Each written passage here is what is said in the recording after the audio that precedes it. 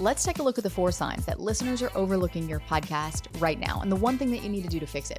Because if you are experiencing any one or more of these 4 problems, then I guarantee you that listeners are choosing other shows to listen to over yours. And I know that might hurt to hear with all the time and energy and love and heart that you are putting into your podcast.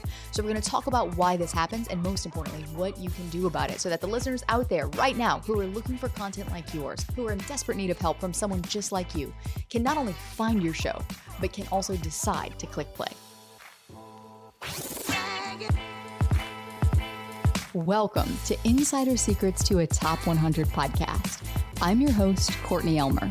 Let's make your podcast binge-worthy.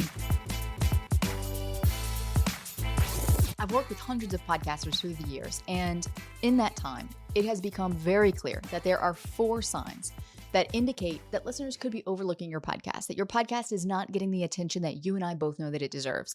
And we're going to break down what each of these are, why they happen, and what you can do to fix it so that your podcast can get noticed by the listeners who need your help. But before we get there, I've got to thank our sponsor, Resonate Recordings, who is the only strategy-first podcast production agency that not just edits and produces your show and gets that editing work off of your plate, but who actually helps you build the personalized podcast marketing strategy that you need to grow it. This show is also brought to you by the Podlaunch Accelerator that we have just opened up access to exclusively through Resonate so that more creators can get their hands on the strategy that they need to build a top podcast. So more info on both of these is in the show notes below. And if you are here and you're listening for the very first time ever, big welcome to you. I'm so excited that you're here. I know that you have a lot of options when it comes to choosing a podcast to listen to, and it means a lot to me that you're spending some of your time here today.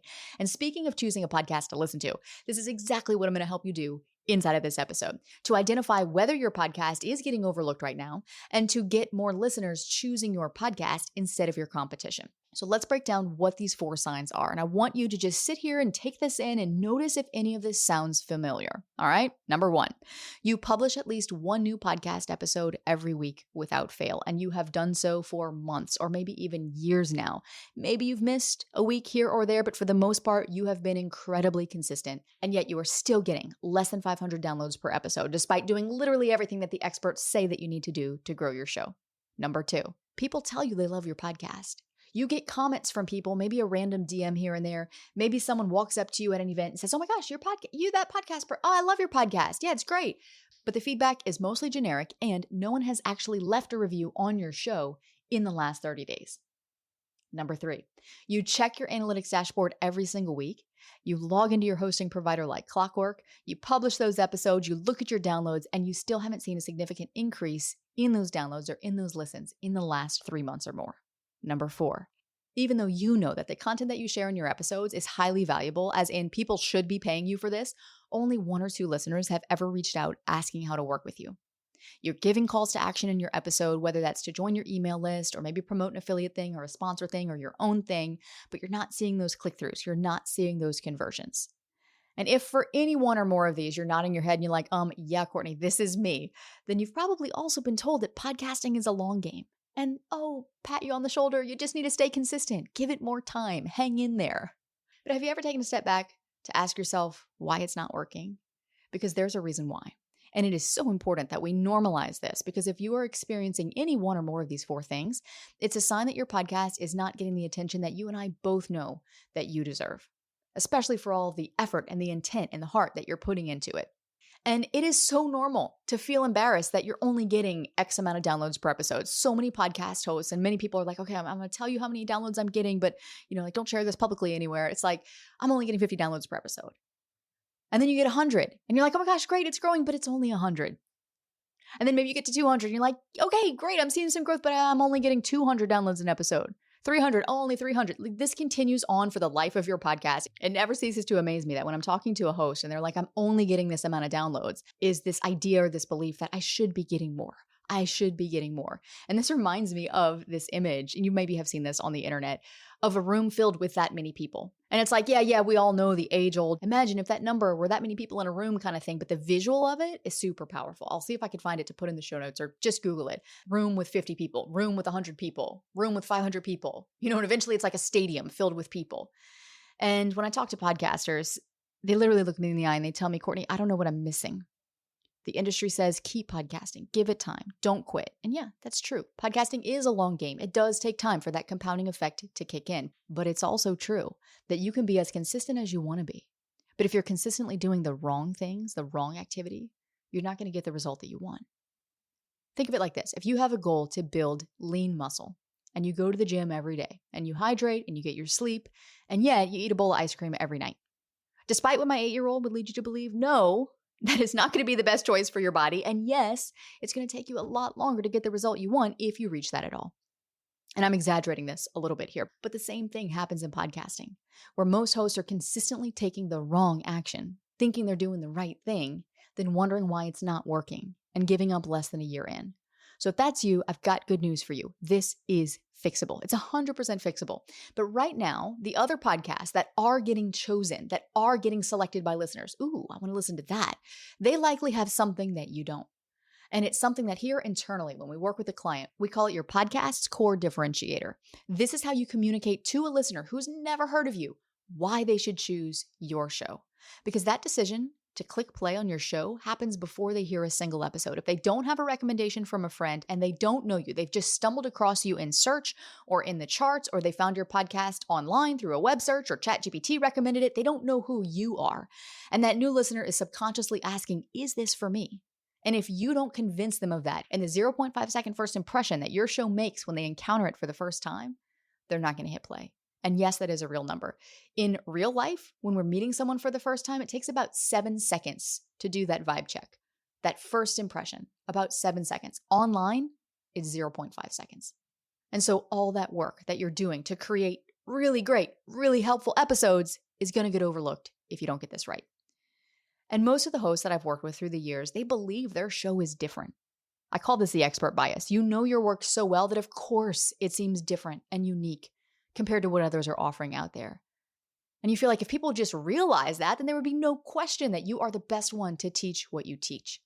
But communicating the depth of your knowledge in 0.5 seconds without speaking a single word is incredibly tough to do. It is possible, but it is not easy. It takes time to distill that message, and it takes you being crystal clear not just on who you want to reach, but on what specific problems that you're solving for that person. Because there are 5 steps that the listener is going to go through in their journey before they decide whether to click play. We call these your podcast content gatekeepers, and they literally do that. They gatekeep your amazing content, those episodes, all that stuff that you've put into your episodes. They stand in the way of that listener and those episodes, because it is what a listener has to experience before they decide whether to click play on your content. And there's 5 of them. I'm going to walk you through them in the order that a new listener encounters them for the first time. It is your cover art and your podcast name. Those are the first 2. And if those earn their attention, if those communicate that you are different from all the other podcasts like yours, then they'll click. And when you earn that click, they're going to skim the first 2 lines of your podcast description, and then they might swipe their thumb once to see your recent episode titles. If those 2 things convince them, yes, this is for me, that's when you'll earn that second click. They'll pick an episode that they're interested in and they will click. It might not be the most recent episode. It might be an episode that aired a month ago or 2 months ago, but it might be something that grabbed their attention because it was specific and it spoke to a specific problem that they have. And then when they click in, there's still one more click they have to make, and that's the click to hit play. But that's not going to happen until they skim your show notes and maybe those chapter markers and see, yeah, okay, this episode seems to have the content that I'm interested in. And then they'll give your show a chance. Then they'll hear your voice for the first time.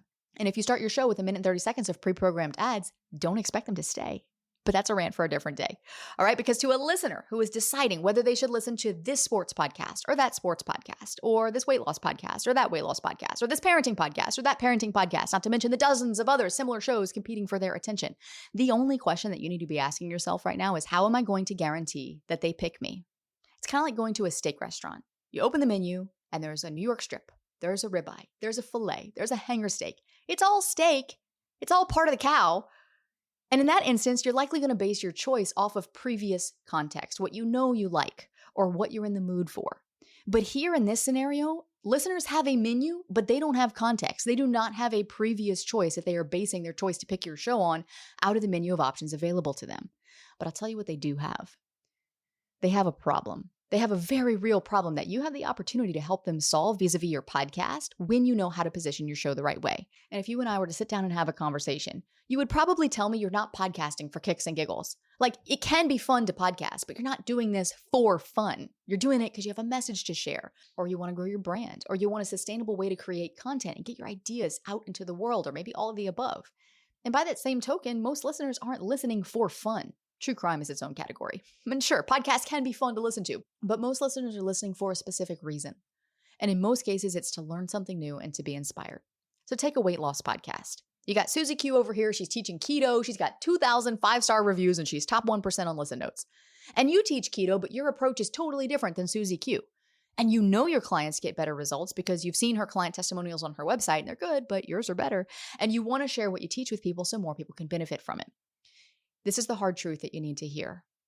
It doesn't matter if your approach is different. It matters if your listener understands how your approach is different and how it helps them solve their problem. How does it help them solve this problem faster, better, more effectively? The only thing that matters is if your listeners can see that credibility come through in the 0.5 seconds, that they are subconsciously evaluating what they see of your show before they hit play.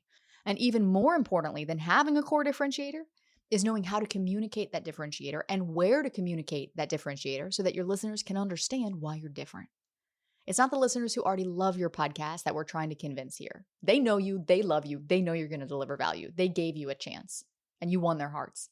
It's the potential listeners who've never heard of you. Those are the hearts we need to win next. So if you want to give yourself the best chance of succeeding in podcasting, you got to get clear on what makes you different and learn how to communicate that in a way that listeners care about. It is a tall order, yes, but my hope is to be able to teach you how to do that a little bit better in every single episode of this podcast so that your show can become the one that listeners choose from their menu every time, hands down, no questions asked, that it's the one that they recommend to their friends. It's the one they turn to because they trust you. But before you can begin to communicate this to your listener, why you're different, how you help solve these problems, you have to know, number one, what are the problems that you're solving in the first place and get really specific on what those problems are. And number two, you have to show your listener that you know what those problems are and that you understand them. We do a 4-step competitor analysis for our clients. When we're working with a client, we survey, this is prior to them launching their podcast, or if they're rebranding and relaunching, we do this work first to survey the other shows in their category, the other quote unquote available options to a listener, and find the angles in that category that are underutilized. The blue ocean, the gaps in the market. And while there are 4 steps in this process, I want to give you one of them that you can use today and get started in thinking about your podcast and seeing your show through the eyes of your listener, seeing it through the lens of your listener and how your listener might be looking at your show right now. So step 1 is simply this: looking in your category, whether that be marketing or arts and culture or how-to or whatever it may be. Find the shows that are most like yours.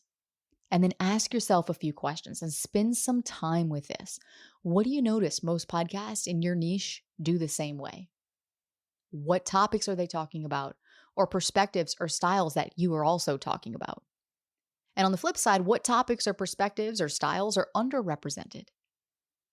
What are listeners not getting from existing shows? Whether that be through the format, through the delivery, through the content, through the topics, what are they not getting that they need in order to solve this problem that you help them solve? And what are you bringing to the table that your competitors aren't? This is really important. This is not something that you spend 10 minutes on and like find the answer and boom, check the box, move on. I want you to spend some time with this. Survey your competition. Listen to their episodes. Study them to find the angles or the gaps that you can lean into to make sure that your show is undeniably distinct. I have a friend of mine in the industry, really good at what he does in terms of branding and PR and marketing. And he always says, better is not better. Different is better. And in today's day and age, whether it's marketing, whether it's content, podcasting, for sure, the landscape is getting more and more crowded and it's going to be more and more competitive. This is not getting any easier. And so different is always going to win. And it's not different in that like, oh, I'm talking about like it's weird and out there or anything. No, it's different in that it's clear. It's showing your listener why you versus someone else. So the next step from here, when you spend some time surveying your competition, again, remember there's 4 steps to this process, but this is the first one. It's going to get you moving in the right direction. This is going to help you define your core differentiator. And then the next step from there is learning how to articulate that through your 5 podcast content gatekeepers. And if you want some help to do that, then head to the show notes, Find that link where it says book a call with our implementation partner, Resonate Recordings, and schedule that podcast strategy call. We'd love to work with you to build a show that truly stands out and that your listeners can't get enough of. And then stay right where you are, because coming up in the next episode, we're doing another round of rapid fire Q&A where we literally take your listener questions and I give you as direct an answer as I can on as many of them as possible in 20 minutes or less so that you can get the answers you need to see measurable growth for your show. That's all coming up next to help you make your podcast binge-worthy.